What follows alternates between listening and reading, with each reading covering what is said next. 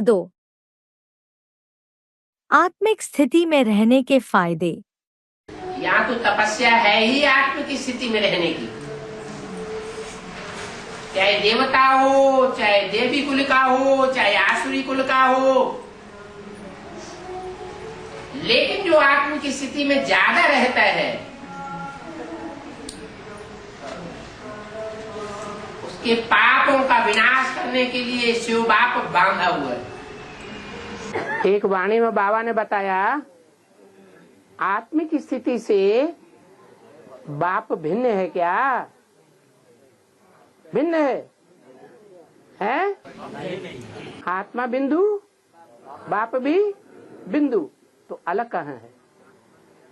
कुछ मत करो, एक ही प्रैक्टिस कर जाओ, मैं आत्मा ज्योति बिंदु, बाप अपने आप तुम्हारे पास आ जाएगा। देवानियों में बाप नहीं आता, आत्माभिमानियों में बाप आता है। सेवा करेगा, देवान में रह के सेवा करेंगे सफलता नहीं मिलेगी। आत्म की स्थिति में रह करके सेवा करेंगे, बाप आकर के सर्विस करेगा। सफलता आत्म की स्थिति में स्थित हुए बगैर बाप की याद नहीं आ सकती। जितना जितना हम प्रैक्टिस करते जाते हैं कि हम ज्योति बिंदु आत्मा है, उतना उतना बाप की याद स्वतः पक्की होती जाती है। बाप हमारे नजदीक आता जाता है, बुद्धि में दृढ़ता आती जाती है, बुद्धि हिलेगी नहीं। बस अमृत वेले बाप को याद न भी करें तो ज्योति बिंदु आत्मा की याद में ही बैठ जाए। आत्मा को याद करना सहज होता है क्योंकि प्रकृति के अंदर ही बैठी हुई है। तो उस सहज याद की स्थिति में जो टिक जाएंगे तो आत्मा से बाप परमात्मा दूर नहीं। आत्म की स्थिति से परमात्मा बाप दूर नहीं है। जहाँ बच्चा है वहाँ बाप है।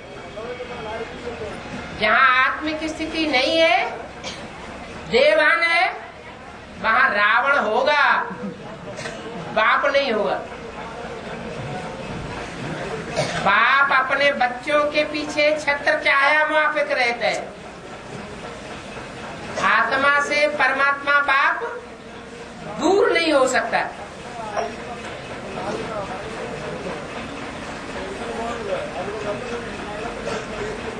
इसलिए आत्म की स्थिति में रहकर परमात्मा बाप को याद करना सहज है।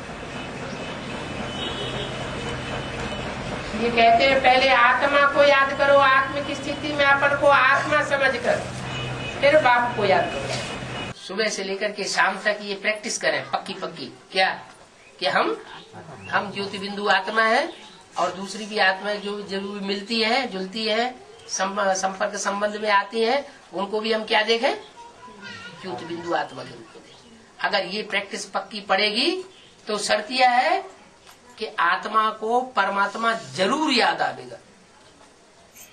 क्या आत्मा बच्चा बने और बच्चा आत्मा को परमात्मा बाप याद ना आए, ये हो नहीं सकता।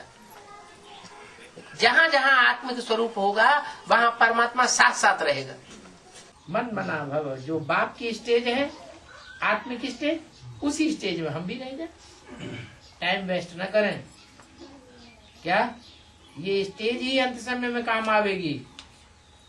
जब विनाश होगा, चारों तरफ खून खराबा होना शुरू होगा, लोग वायरे हो जाएंगे, पागलों जैसे आचरण करने लगेंगे, उस समय आत्मिक स्टेज ही काम में आवेगी।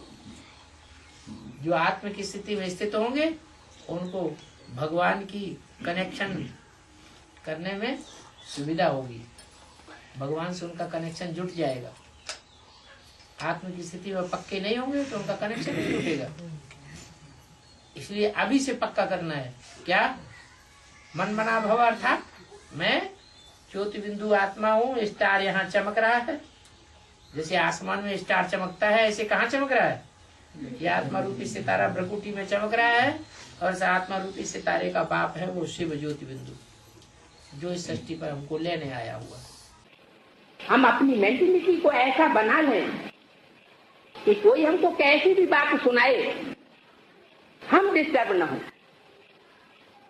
जो गीता में बताया है, यस्मान नोद्विजते लोको लोकान नोद्विजते च यः, उद्वेग को प्राप्त न हो। मानस जिससे कोई उद्वेग को प्राप्त न हो, अशांति को प्राप्त न हो, और जो किसी को अशांति प्राप्त न कराए वो ही स्वरूप में अशांति को प्राप्त कराएगा तो खुद भी अशांति पाएगा, दूसरों को सुख शांति का देने का निमित्त बनेगा तो खुद भी सुख शांति में रमण करेगा। तो ऐसी स्थिति कैसे बनाई जाए? वो आत्मिक स्थिति ही एक उपाय है, उसका अभ्यास करना। जिस उपाय को प्राप्त करने से आत्मा की ऐसी स्थिति बन जाएगी कि जैसे कोई हमारे विरोध में बोल रहा है और हम सुनते हुए न सुने, एक कान से सुना दूसरे कान से निकाला। तो जैसे कि किसी ने हमको दुख देना चाहा लेकिन हमने उसके दुख देने को ग्रहण नहीं किया। कोई हमको गरम गरम आंखों से देखता है, हमने उसके भाव को परख लिया, ये क्यों देखता है, ये पूर्व जन्म का कौन सा इसका हमारा हिसाब किताब है जो ये हमसे ले रहा है। तो प्रतिफल में हम अपनी आंख गर्म नहीं करेंगे, हमारा हिसाब किताब पूरा हो जाएगा, उसका भी हिसाब किताब पूरा हो जाएगा। ऐसा भाव रखना पड़े। बुरा मत देखो, बुरा मत सुनो, बुरा मत बोलो। और अब तो वो स्टेज होनी चाहिए कि बुरा मत सोचोगे।